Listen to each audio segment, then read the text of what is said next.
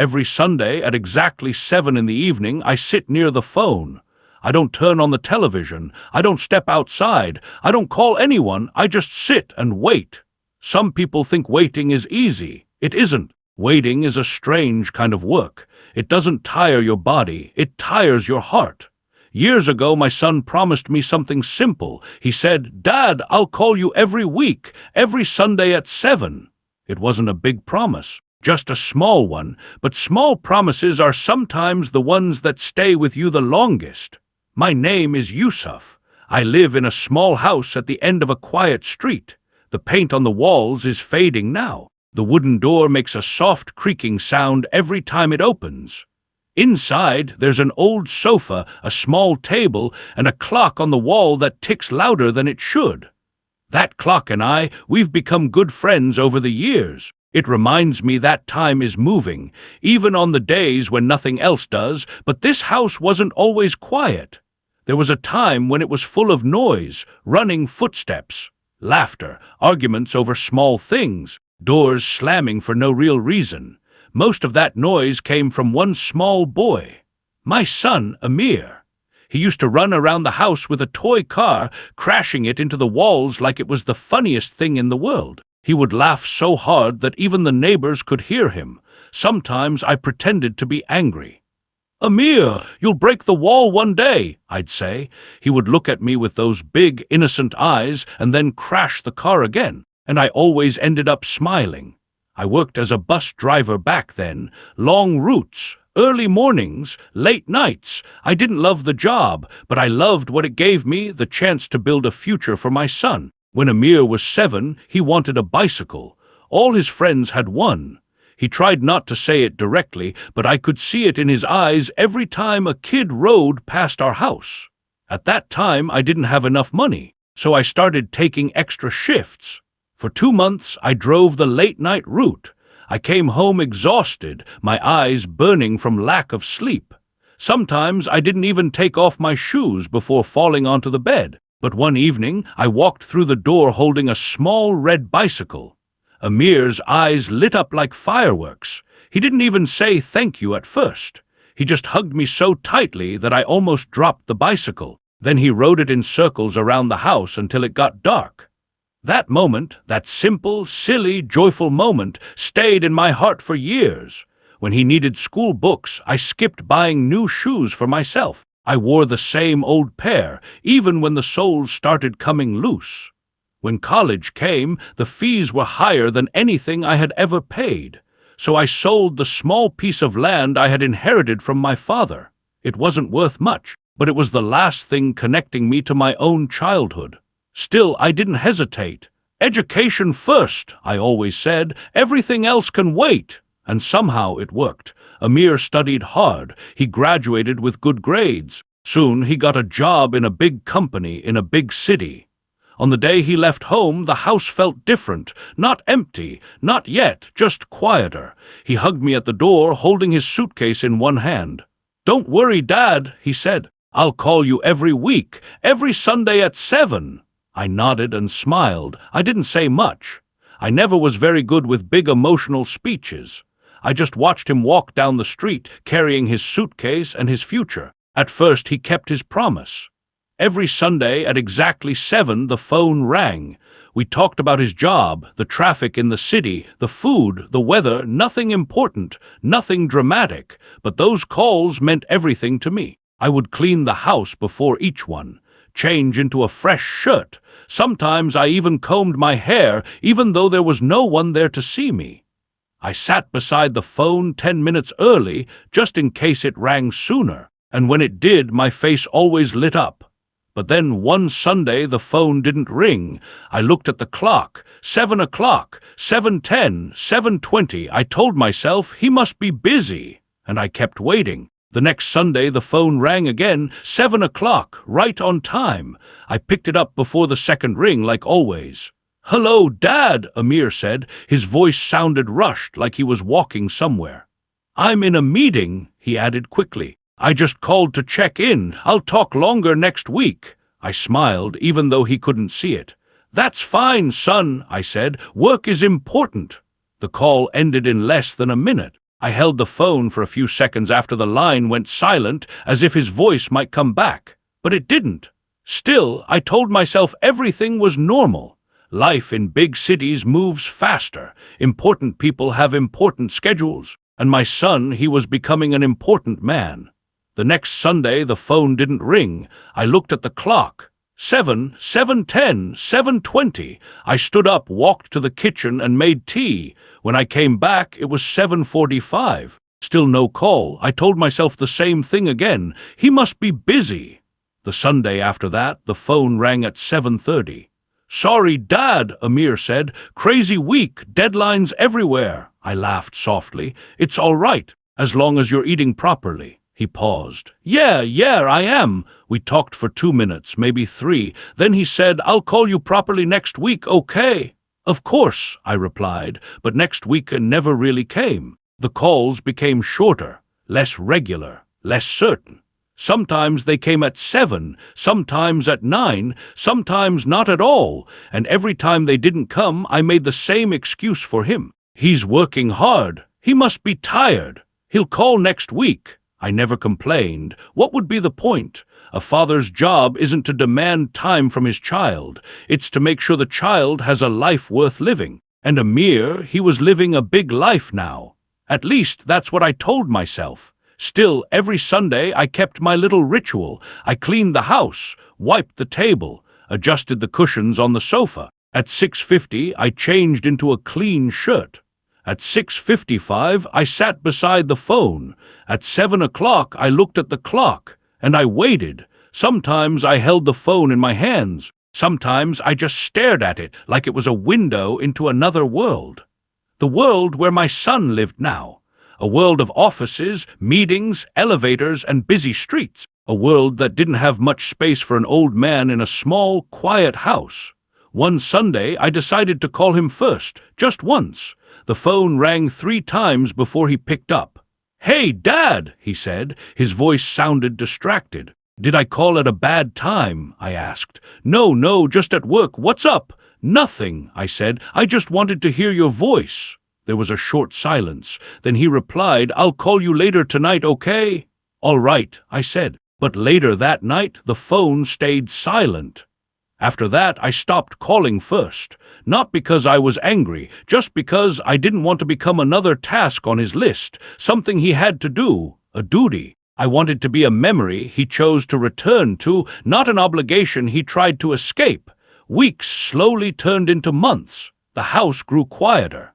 The clock sounded louder. Even the chair near the phone began to feel different, as if it understood what it was being used for.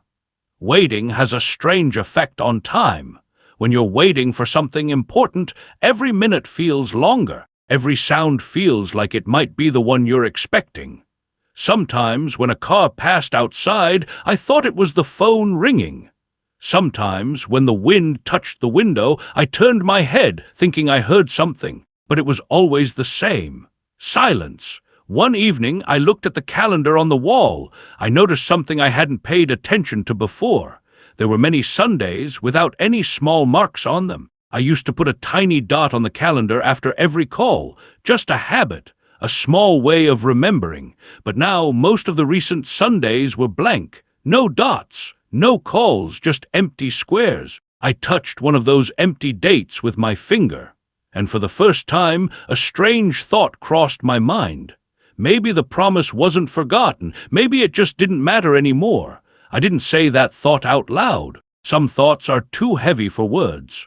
That night I sat in my chair near the phone. The clock ticked.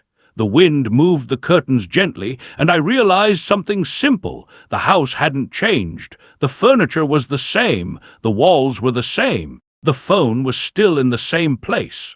The only thing that had changed was how often it rang, and how long I was willing to wait. That winter, the Sundays felt colder than usual. Cold doesn't just come from the weather. Sometimes it comes from silence. The kind of silence that stretches across a room and sits beside you like an old guest who refuses to leave. I had started wearing a sweater inside the house, even when it wasn't that cold. Maybe it was the air, maybe it was the emptiness. On the wall, the calendar had already reached the last month of the year, December. I remember looking at it one afternoon and realizing I couldn't remember the last full conversation I had with my son. Not a quick call, not a rushed "I'm busy." A real conversation. The kind where you forget the time. The kind we used to have when he first moved to the city. That Sunday, I followed my usual routine. At 6:30, I made tea. At 6:45, I wiped the table, even though it was already clean. At 6:50, I changed into a fresh shirt. Old habits don't disappear easily, they just grow quieter. At 6:55, I sat in my chair beside the phone. The clock ticked on the wall. Tick, tick, tick. Every second sounded louder than the one before it. At exactly 7, I looked at the phone. Still, silent. I leaned back in my chair and folded my hands in my lap. 7:10. I told myself maybe he's stuck in traffic. 7:20. Maybe he forgot, but he'll remember soon. 7:30. Maybe he's just tired today. The excuses came easily. They always did. A father becomes very good at protecting his child, even from the truth. Outside, the wind pushed softly against the window. The curtains moved like slow waves. The house felt colder. I stood up and walked to the kitchen. I poured myself another cup of tea, even though the first one was still half full. When I returned to the chair, the phone was exactly where I had left it. Quiet, patient, unmoved. 7:45. I sat down again. For a moment, I held the phone in my hands. It felt lighter than I remembered, or maybe my hands had just grown weaker. I thought about calling him, just once. But then I imagined his voice on the other side. "Hey, Dad, I'm in the middle of something. I'll call you later." And I realized I didn't want to hear that sentence again, so I placed the phone back on the table. 8 o'clock. The clock on the wall didn't care about promises. It didn't slow down, it didn't pause, it just kept moving. I looked around the room. The old sofa, the small table, the curtains by the window, everything looked exactly the same. For a moment, I could almost hear the echo of small footsteps, a little boy running across the floor. A toy car crashing into the wall, laughter filling the house. I closed my eyes and smiled. "Careful, Amir," I whispered to the empty room. "You'll break the wall one day." The memory felt warm, warmer than the sweater on my shoulders. My eyes grew heavy. I leaned back into the chair, still facing the phone. The light above me was still on. The clock was still ticking. The phone was still silent. 8:15. I told myself he'll call next Sunday. It was a simple thought, a gentle one, and with that thought I closed my eyes, just for a moment. 3 days later the phone finally rang, but by then I wasn't there to answer it. 3 days after that Sunday, my son finally remembered. He was sitting in his office, surrounded by screens, emails, and unfinished tasks. The air conditioner hummed softly above him. People walked past his desk with files in their hands, talking about deadlines and numbers. It was a normal day. The kind of day that feels important while it's happening and meaningless when it's over. He picked up his phone to check a message, and that's when he saw it.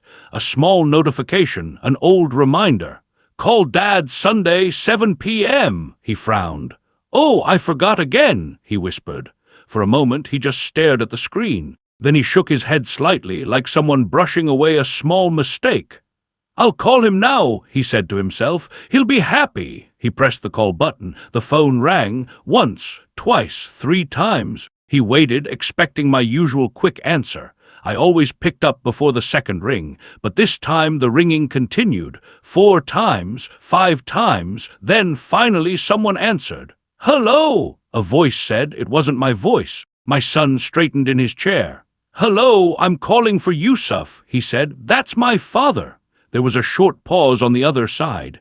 "I'm his neighbor," the voice replied softly. Another pause, the kind of pause that makes the air feel heavier. "I'm sorry," the man continued. "He passed away 2 days ago." The words were simple, no drama, no emotion, just a quiet sentence. But it felt like the sound in the room suddenly disappeared. My son didn't say anything. He just held the phone, listening to the silence on the line. In front of him were his computer screens, his expensive chair, his neatly arranged desk. Everything he had worked so hard for. And yet in that moment none of it seemed to matter. I didn't know," he finally whispered. The neighbor's voice was gentle. "He was a good man," he said. "Every Sunday I saw him sitting by the phone."